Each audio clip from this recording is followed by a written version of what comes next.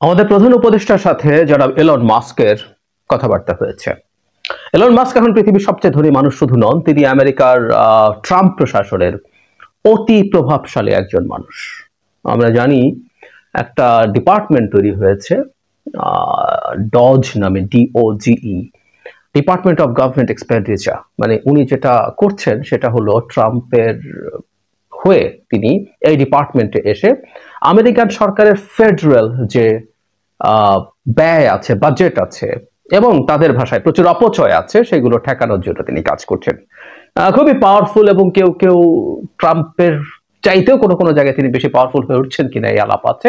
সুতরাং মাস্ক নিয়ে আরেকটু কথা বলবো, তার ডজ নিয়েও। সো আমাদের প্রধান উপদেষ্টা যখন এই আলাপটা করছেন তখন আমরা অনেকে মনে করছি এটা মানে ঠিক একই দিন পরের দিকে ডোনাল্ড ট্রাম্পের সাথে ভারতের প্রধানমন্ত্রী নরেন্দ্র মোদীর মিটিং আছে। মোদীর স্বঘোষিত বন্ধু, দুজনের মধ্যে ব্যক্তিগত সম্পর্ক আসলে ভালো, দুজন একই চরিত্রের লোক, তাই ভালো হওয়ার কারণ আছে। ফলে এই বৈঠকের আগে এই মিটিংটা মানে ফোন আলাপটা আমাদের জন্য খুব গুরুত্বপূর্ণ, কারণ বাংলাদেশ মোদী ট্রাম্পের বৈঠকে আলোচনার বিষয় থাকবে এটা মোটামুটি স্পষ্টভাবে জানিয়ে দিয়েছিলেন ভারতের পররাষ্ট্র উপদেষ্টা, পররাষ্ট্র সচিব। সুতরাং তার আগে এই বৈঠকটা অনেকে খুব পজিটিভলি দেখছেন, আমরা কিভাবে দেখবো সেটা আসবো। তার আগে কি কি বিষয় তাদের কথা হয়েছে? মূলত আসলে একটা বিষয়ে কথা হয়েছে। আমি প্রধান উপদেষ্টার প্রেস বিভাগ উইং এর দুজন, শফিক ভাই এবং আজাদ মজুমদার ভাই, তারা শেয়ার করেছেন। সেখান থেকে একটু যদি দেখি, সেটা হচ্ছে স্পেস এক্স নিয়ে কথাবার্তা বলেছেন। স্পেস এক্স সম্পর্কে আমরা স্পেস এক্স না, স্টারলিংক নিয়ে কথাবার্তা বলেছেন। স্টারলিংক আমরা ভালো মতো খুব ক্লিয়ারলি অনেকেই জানি, সেটা হচ্ছে স্যাটেলাইট ভিত্তিক একটা ইন্টারনেট ব্যবস্থা এলন মাস্কের। আচ্ছা, কি কি বলেছেন একটু যদি বলি, সেটা হচ্ছে দুজন যখন কথা বলছিলেন তারা তাদের স্টারলিংকের স্যাটেলাইট কমিউনিকেশন আমাদের বাংলাদেশের জন্য, বিশেষ করে গ্রাম এবং গ্রামীণ ভালনারেবল এবং ইয়াং এবং রিমোট কমিউনিটিজ, দূরবর্তী স্থানে থাকা যে কমিউনিটিগুলো আছে তাদের জন্য কাজ হবে। তারা কিভাবে খুবই high speed low cost internet connectivity, Starlink অবশ্য কোনোভাবেই লো কস্ট না, হাই স্পিড কিন্তু মোটেও লো কস্ট, আমি আসবো এই জায়গায়, এবং সেটা কিভাবে বাংলাদেশের অনেক মানুষের সুবিধা তৈরি করবে সেসব বলা হচ্ছে। এটা ইন্টারেস্টিং। সেটা হলো স্টারলিংক আসলে an extension, Professor Yunus বলছেন, extension of Grameen Bank and Grameen Phone, pioneering of connecting village women and young people to the world.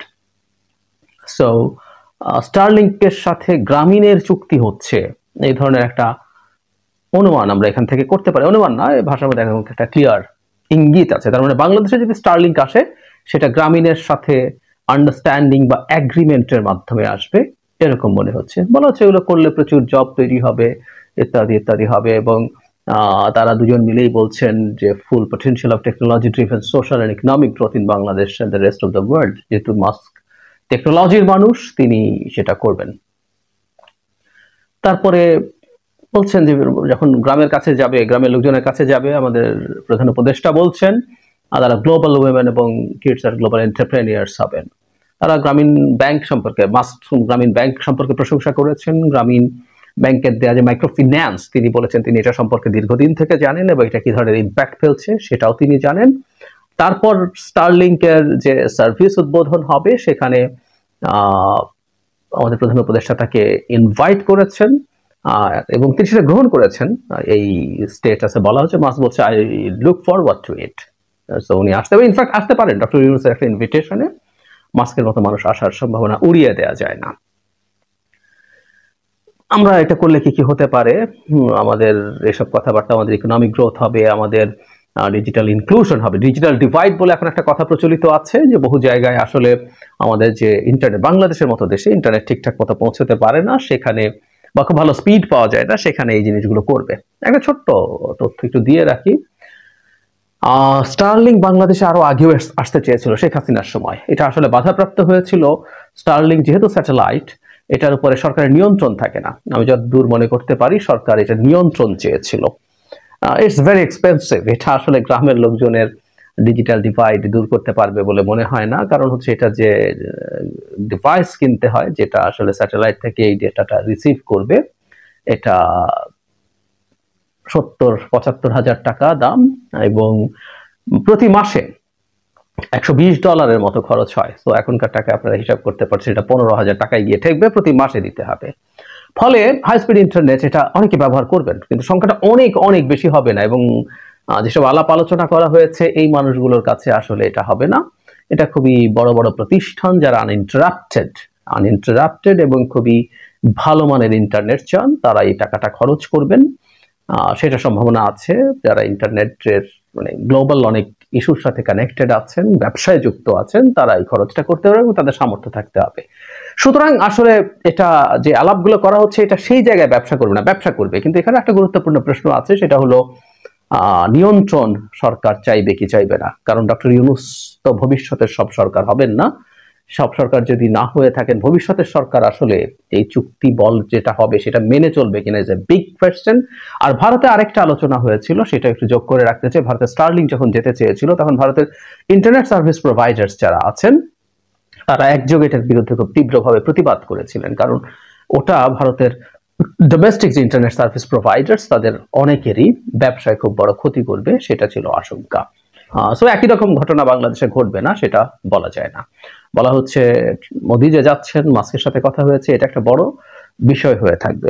যাই হোক, আমরা এই টেকনিক্যালিটিসের আলোচনার দরকার নাই, কিন্তু আমাদের প্রধান উপদেষ্টা মাস্কের সাথে কথা বলেছেন, এটা খুবই গুরুত্বপূর্ণ ব্যাপার, খুবই বড় ব্যাপার আমি মনে করি। কিন্তু যে ঝুঁকিটা আমরা বোধ করছিলাম মোদি আর ট্রাম্পের বৈঠকের পর, বাংলাদেশ প্রশ্নে তারা কোনো একটা কিছু যাবে, সিদ্ধান্ত নিতে পারবে যেটা বাংলাদেশের জন্য ক্ষতিকর হবে, সেটা মাস্কের এটা ঠেকাবে কিনা ইজ দ্য কোয়েশ্চেন। আচ্ছা, তার আগে একটু বলি, গত দুদিন আগের খুব একই দিনে ঘটে যাওয়া দুটো ঘটনা। একটা হচ্ছে গুমের যে আয়নাঘর সেটা প্রকাশ করা, এবং একই দিনে ঘটনাচক্রে জাতিসংঘের মানবাধিকার কমিশনের যে হাই কমিশনের যে রিপোর্ট, জুলাই অগাস্ট গণ অভ্যুত্থানে যাতে আওয়ামী লীগ, শেখ হাসিনা এদেরকে অকল্পনীয় বর্বর হিসেবে উপস্থাপন করা হয়েছে, এবং এই যাবতীয় ম্যাসাকার শেখ হাসিনার পরিকল্পনায়, নির্দেশে, সমন্বয়ে হয়েছে, এটা প্রমাণিত হয়েছে। তো কেউ কেউ বলেন যে ট্রাম্পের সাথে বৈঠকের আগে এই ঘটনাগুলো খুব দুর্দান্ত প্রভাব ফেলবে। আমি এটাকে সঠিক মনে করি না, সরি। ট্রাম্প একেবারেই ভিন্ন একজন মানুষ, কিচ্ছু আসে যায় না, কিছু আসে যায় না। ট্রাম্পের স্বার্থের বিরুদ্ধে গেলে সব জাতিসংঘ টঙ্ঘ, আমি এভাবেই বলি, ট্রাম্পের কাছে কিছু না। আমি কিছুদিন আগে মানে ওই ভিডিওতেই বলেছিলাম, কিছুদিন আগে উনি আইসিসি ইন্টারন্যাশনাল ক্রিমিনাল কোর্টের বিরুদ্ধে যা তা বলেছেন। সুতরাং ট্রাম্প ওই বস্তু না, জাতিসংঘ খুঁজে বের করে একটা তথ্য দিয়েছে তাতে সে খুব কনভিন্সড হয়ে যাবে, বা আয়নাঘর হয়েছে খুব কনভিন্সড হয়ে যাবে, বাজে কথা। মানে এটা একে আমরা ট্রাম্পকে চিনি না, আসলে চিনি না। কেউ কেউ বলতাম ট্রাম্প যুদ্ধ করে না, ট্রাম্প খুব ভালো লোক, ট্রাম্প ওই করে না সেই করে না, ইউক্রেনে যুদ্ধ থামাবে, অথচ ট্রাম্প গাজা খালি করে নিজে দখল করে ফেলবে বলেছে। ট্রাম্প কানাডার সার্বভৌমত্ব স্বীকার করছে না, রীতিমতো তার অঙ্গরাজ্য হতে হচ্ছে বলছে। And above all, say Greenland দখল করে নিতে চাইছে ডেনমার্কের কাছ থেকে, সে পানামা ক্যানেল দখল করে নিতে চাইছে। সো কল্ড যারা খুব ট্রাম্প করতেন, আমার মনে হয় একটা সুন্দর জবাব তাদের জন্য ট্রাম্প দিয়েছেন। যাই হোক, যেটা বলছিলাম, এসব রিপোর্ট এবং ব্রুটালিটি অফ শেখ হাসিনায় ট্রাম্পের কিছু আসে যায় না, সত্যিই কিছু আসে যায় না। সে দেখবে তার ব্যবসা, তার চিন্তা, তার আমেরিকাকে নিয়ে এবং তার ব্যক্তিগত ইস্যু নিয়ে তার যা যা প্রাপ্য সেগুলো কিভাবে কাজ করে, সেই বিবেচনায় রাদার মাস্ক যদি আমাদের সরকারের সাথে, আমাদের প্রধান উপদেষ্টার সাথে কানেক্টেড হয়ে কাজ করে আরো আদার ইস্যুতে, সেটা বরং ট্রাম্পকে কিছুটা হলেও নিউট্রালাইজ করতে সক্ষম হতে পারে বলছি। কারণ মোদির হাতে যত কার্ড আছে, আমাদের হাতে আসলে অত কার্ড নেই। আর ইলন মাস্ক সম্পর্কে যেটা বলছিলাম, তিনি দায়িত্বে আসার পর থেকে ড্রাস্টিক কতগুলো স্টেপস নিচ্ছেন। এডুকেশন ডিপার্টমেন্টে প্রচুর ছাঁটাই করেছেন, এবং সবচেয়ে বেশি আলোচিত হয়েছে জাস্ট দুটো দেশ বাদ দিয়ে ইউএসএআইডির সব দেশে কার্যক্রম বন্ধ করে দিয়েছেন ফর 3 months, এবং বলা হচ্ছে আসলে এটা ফেরত আসবে না, ইউএসএআইডি পুরো বন্ধই হয়ে যাবে এটা। কিন্তু যেটা বলছে, এটা আমেরিকাতে এটা নিয়ে প্রচুর ডিবেট হচ্ছে, যখনকার এমপ্লয়িরা রাস্তায় নামছেন, কোর্টে গেছেন, এবং এই ধরনের স্টেপের ফলে এমনকি রিপাবলিকান পার্টির মধ্যেও যথেষ্ট বিতর্ক তাকে নিয়ে তৈরি হয়েছে। সুতরাং মাস্ক ঠিক কতদিন এই ডিপার্টমেন্টে থাকবেন, এটা আসলে কিছুটা হলেও প্রশ্ন আছে। যদিও মাস্ক খুব বড় ইনভেস্ট করেছেন ট্রাম্পের নির্বাচিত হবার পেছনে। আর একটা কথা একটু জানি রাখি, ডচ যে ডিপার্টমেন্টটা, এটা কিন্তু টেম্পোরারি ডিপার্টমেন্ট, এটা আগামী মানে 26 সালের জুলাই মাসে এটা শেষ হয়ে যাওয়ার কথা, মানে 1.5 বছরের মতো একটা সময়ের জন্য মাস্ক এখানে এসেছেন। মাস্ক এখানে এসে তার মতো করে সব নিয়ে নিয়েছেন। আমার যতদূর মনে পড়ে বিবেক রামস্বামী, যিনি ট্রাম্পের সাথে প্রাইমারিতে ছিলেন, ভারতীয় বংশোদ্ভূত একজন রিপাবলিকান, ট্রাম্পেরই মতো কোনোদিন প্রেসিডেন্ট ইলেকশনও করার জন্য দাঁড়াবেন, ইজ ভেরি ইয়াং, তাকেও বের করে দিয়েছেন ট্রাম্প, মানে মাস্ক তার নিজের মতো করে কাজ করার জন্য। তো যেটা বলছিলাম, মাস্কের এই ধরনের অতি কর্তৃত্ববাদী হয়ে ওঠা ট্রাম্পেরও কতটা ভালো লাগবে, এটা একটা গুরুত্বপূর্ণ প্রশ্ন। কারণ ট্রাম্প নিজেও চরম কর্তৃত্ববাদী, নার্সিসিস্ট এবং একজন ফ্যাসিস্ট।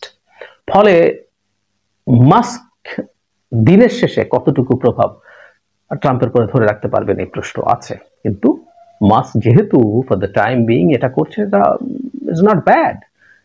কিন্তু বাংলাদেশের মতো মাটিতে মাস্কের অনেক ব্যবসা হবে স্টারলিংক দিয়ে, সেটা আমরা ঠিক মনে করি না। কিন্তু আমাদের অন্তর্বর্তীকালীন সরকারের পক্ষ থেকে আমাদের প্রধান উপদেষ্টা যেটা করেছেন, এটা একটা গুড মুভ বলছি, মানে মাস্টার স্ট্রোক বলছেন কেউ কেউ। I do disagree with that. It's not that easy. It's not that easy. আমাদের জন্য খুব ভালো হবে, কারণ আমাদের মধ্যে খারাপ খবরও আছে। আমি বেশ আগে একটা ভিডিও করেছিলাম, তুলসী গাবার্ডকে যখন চিফ অফ ইন্টেলিজেন্স করা হয়েছে, সবগুলো ইন্টেলিজেন্স এজেন্সি, এত ডিবেট হলো তার পার্টির মধ্যে, রিপাবলিকান পার্টির মধ্যে। আমরা ধারণা করছিলাম তুলসী গাবার্ড হয়তো বেরিয়ে আসবেন না, কিন্তু উনি বেরিয়ে আসলেন। উনি সেনেটে জিতলেন, হিয়ারিং এর পর ভোটাভুটিতে জাস্ট একজন রিপাবলিকান ফাইনালি তার বিরুদ্ধে ভোট দিয়েছেন, তাতে অসুবিধা হয় নাই। উনি দরকার ছিল 51 ভোট, উনি 52 ভোট পেয়ে বেরিয়ে এসছেন। তো তুলসী গাবার্ড আমাদের জন্য একটা বড় মাথা ব্যথার বিষয় হয়ে দাঁড়াবেন। এখন মাস্কের সাথে এটা করা একই দিন কিছুটা হলেও আমাদের জন্য ভালো। আর আমরা অন্তত একটা জিনিস দেখে পছন্দ করবো, এটাকে আমরা এভাবে দেখবো যে আমাদের অন্তর্বর্তী সরকারের পক্ষ থেকে এই সিচুয়েশন গুলো ট্যাকেল করার, এই সিচুয়েশন গুলো হ্যান্ডেল করার মতো চেষ্টা আছে।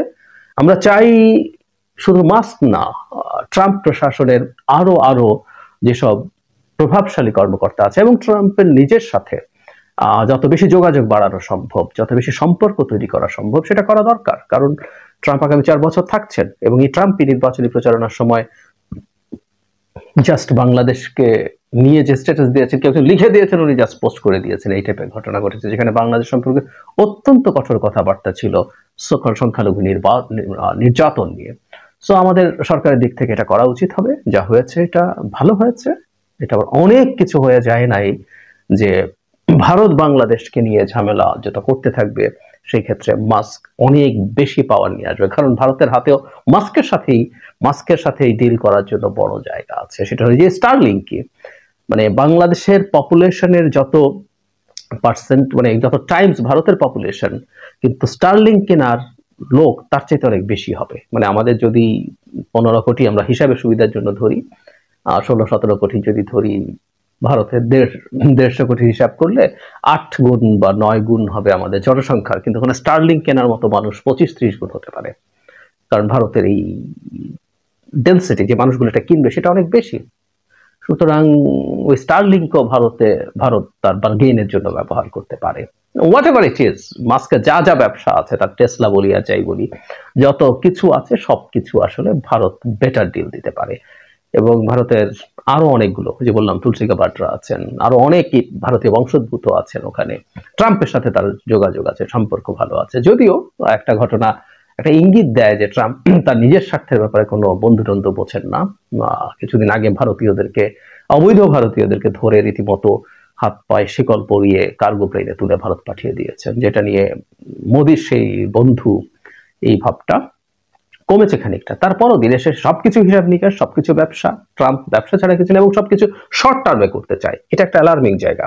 আসবো হয়তো ওই নিয়ে কথা বলতে, ইউএসওআইডি নিয়ে, কারণ একটা ভিডিও আমরা অনেকে দেখেছিলাম হয়তো, ট্রাম্পের আগের মেয়াদের সময়কার একজন গভর্নমেন্ট অফিসিয়াল একটা ইন্টারভিউতে ইউএসআইডি কি বাংলাদেশের সরকার ফেলার জন্য অনেক কিছু করেছে, এটা দিয়ে কথা বলেছেন, ওটি নিয়ে কথা বলবো। কিন্তু এই যে ইউএসআইডি বন্ধ করাটা খুবই শর্ট টার্মে মনে হচ্ছে, অনেক কিছু হচ্ছে, কিন্তু এটা দিনের শেষে গ্লোবালি ইউএস হেজিমনিকে ক্ষতিগ্রস্ত করবে। তো ট্রাম্প অনেক ক্ষেত্রেই পরিণতি না ভেবে স্টেপ নিয়ে নিতে পারেন, যেগুলো তার ইমিডিয়েট কতগুলো, মানে তার ভোটারদের কাছে ইমিডিয়েট কতগুলো হাততালি পাওয়ার মতো কাজ হতে পারে। সুতরাং আমরা খুব সেফ থাকবো, সেফ আছি তা না, আমাদের রিলেন্টলেসলি কাজ করে যেতে হবে, যাতে আমরা এই জিনিসগুলো নিউট্রালাইজ করতে পারি, আমাদের সরকার এই ক্ষেত্রে ভালো থাকতে পারে।